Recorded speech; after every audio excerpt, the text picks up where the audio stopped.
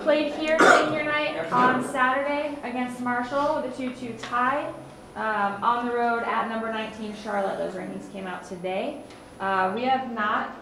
Neither team has scored a goal in the run of play over the last 2 times we played them, because it was a penalty kick last time we played Charlotte. So the last 2 games last year, only 1 goal, and that was a PK. As far as conference tournament is concerned, there are a couple, if you look at the notes, you can see kind of how it's played out. There are a few situations where we may not be in, but we're more likely to be in than not. So we're waiting to see. We could know as early as Wednesday whether we play or not. Yeah, it was a pretty surreal night on Saturday, senior night, last home game of the season. Great crowd, nice night, and opened the game really well. Went up 2-0, and at halftime, the message was no openings, no mistakes, and yeah, we made two mistakes. Senior players made 2 mental mistakes, and I wouldn't say they gifted them direct goals. The first one was, it was a bad one, and we gave them an opportunity to get back in the game, and then holding the 2-1 lead, and with a minute left, committed an immature foul and gave them a chance for a direct kick outside the box, and the guy nailed it. So 2-2, and had a couple really good opportunities in overtime and didn't take it. But I'd like to say I'm happy or proud of the result, but yeah, it was a disappointing result. We shot ourselves in the foot, and it was mental errors. And what we've talked about, is controlling the things you have control over. If it's a better team and scores great goals, so be it, but we don't gift teams opportunities. And that's something, we continue to address. We'll address every single day. It's details. Details are what lead to good results. So, I believe in the group. Hopefully we get a little bit of something going, a little mojo. We got our last regular season game at Charlotte, like Chelsea said. Things are looking good for the conference tournament, but, we're in charge of our own destiny. We get a good result on Saturday. You lock it up, and you don't rely on other people to get necessary results. So our focus right now is on Saturday against a really good Charlotte team, a team that plays the numbers. They don't beat themselves. They create opportunities. They don't lose games, and they create opportunities to win games. It's a successful approach, and they've had buy-in from their team and how they play for quite a while. So it'll be a good battle, a good contest. We're excited for it. And, I don't know what else to say. I love this group. They've dealt with a lot. They continue to deal with a lot, and I'm proud of them and excited for them. Get on the road and get to play another top 20 opponent. And as a coach and as a player, that's who you want to play. It's about setting the bar high. It's about excellence, and that's something we continue to strive for. No matter what the situation, no matter the record, it's excellence. And I believe that our guys have the ability, and it's just a matter of putting together complete matches. Coach, just looking at all the politicians are saying, it sounds like they're going to try to keep the program. That's just everybody who's running for anything. It seems like they're saying that when you watch these debates. With that said, how many of you guys are still looking to transfer, and then how hard is it still to keep them around? Looking to transfer and transferring are 2 different things. Well, I think but to answer your question, I think every returning player needs to look at what their options are. I think everybody wants to play here. Everybody wants to be a Lobo. Everybody wants to represent University of New Mexico. It's an incredible place. But that being said, they have to look at their options. And I really don't know how they're processing it. I don't know how much of a drain this has been that guys just say, hey, man, I need a fresh start. I need a reset. I'm not sure. But, as the coach, in terms of priorities, got to finish this season on a strong note. We got to be good every day. And then we have to protect the interests of the alumni and protect the interests of this community. So it's not a direct answer, but yeah, they got to look, and people want them. You know, we're getting lots of calls from top 20 programs, from hard to not look at some of these places. Well, I was saying that to follow up with something. I was asking you the last time that I was here and you were here, you know, about the, because you guys were discontinuing spring. And I was just, in my head, just looking on the outside looking in, and I don't know, you know, I'm just on the outside looking in, feel like if you got guys leaving because they don't know what the future is, and then you got guys leaving because the spring might be gone, did they give you a reason why they're going to discontinue spring and not just wait until July? Because it seemed like that would just kill everything. I'm not trying to be difficult. No, you're not. You're asking good questions, and I ask the same questions. I mean, all I can answer is my promise when I recruit players, and I've been doing it here for 18 years, we promise them a year-round program, a developmental program, fall, winter, and spring. They come here to reach their potential, and that's my promise as a coach. Now, as an institution, I can't answer that, you know. For me, I'm under contract, our assistants are under contract through June of 2019. We would all like to fulfill the promise we've made to our players. Coach, with that saying, will the athletic director allow you to go up to Santa Fe and help lobby and get money for the team?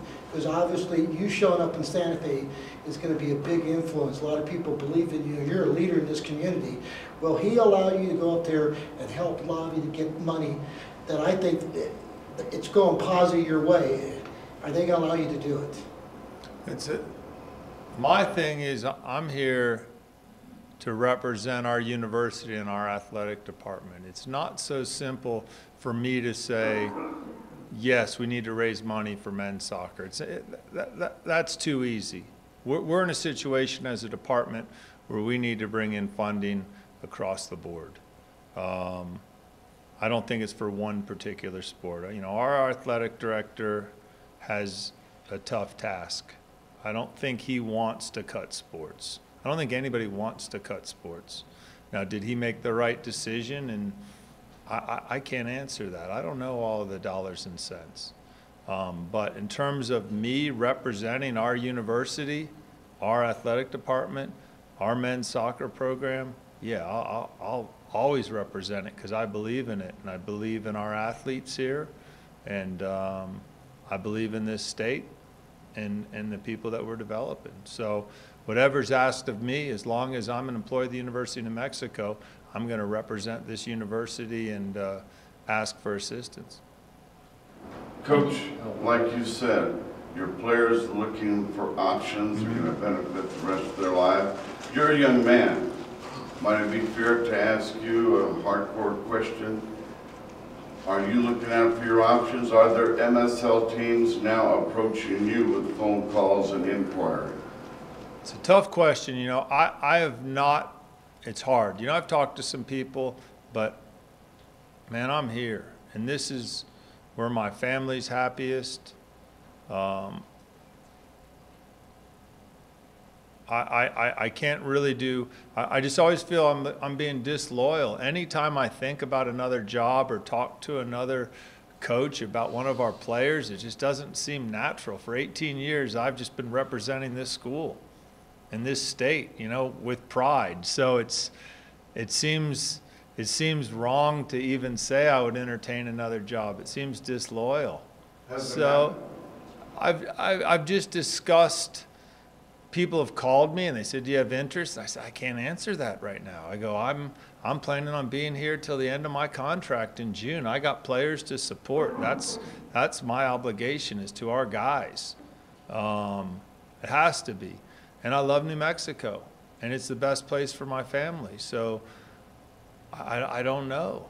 I mean, it's like I think I told you a couple weeks ago.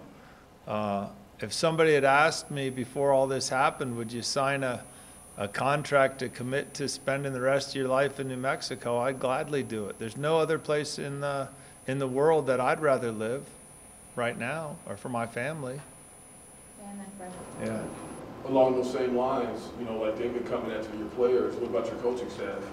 How many people are committed to stay in, and how many of them have a foot out the door? That hasn't opened up yet. I mean, the thing with our staff, Mike Grazik and Kelly Altman, they're both native New Mexicans. They love it. They want to be here.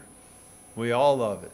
You know, I consider myself a native New Mexican now. I've been here 18 years. We love this place. So I don't think anybody is even looking at those. It's, once again, you feel disloyal to think of any place but this place. Yeah. Well, I just wanted to, could you explain it, like, about getting in the tournament now? She was saying about the options one way or not. Can you explain that a little bit, your options of what you have to do and whatever? If we win on Saturday, we're guaranteed. A tie, I haven't even looked at all the scenarios too much. I'm worried about Saturday's game. You know, we should have taken care of business a couple nights ago.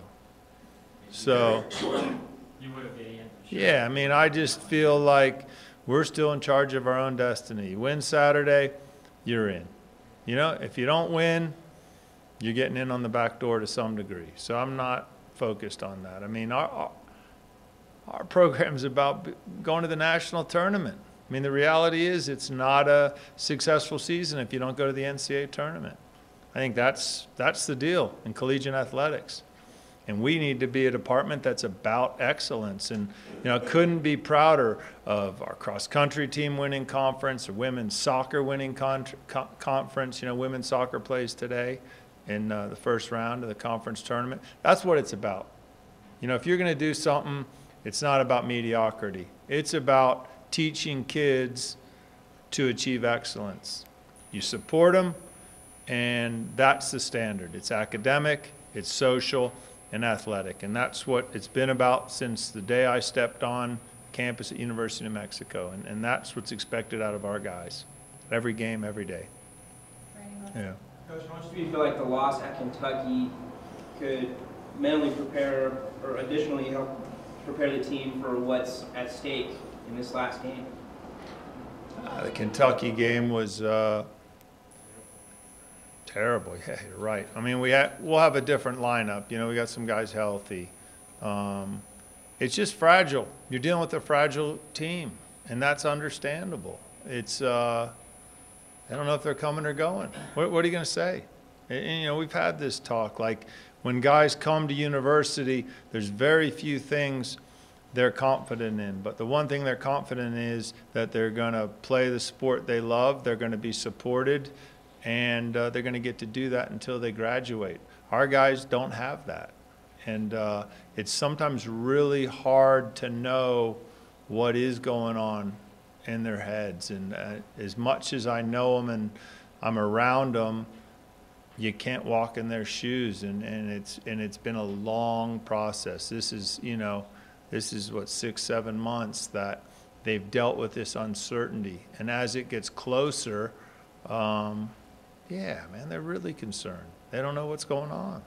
And they're excited that there's such support, but I think it makes it more confusing. Yeah. Anything else?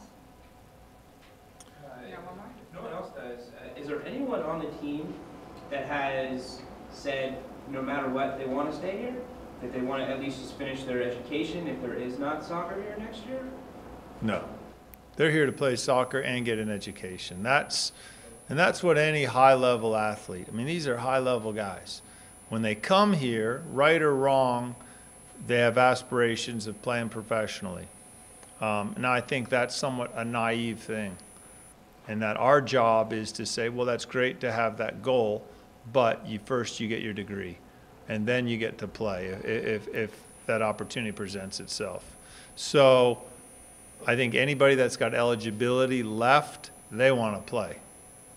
And that's why the spring is so important, that it allows them to get the academics on track, train, and have every opportunity to be successful next fall, wherever that may be.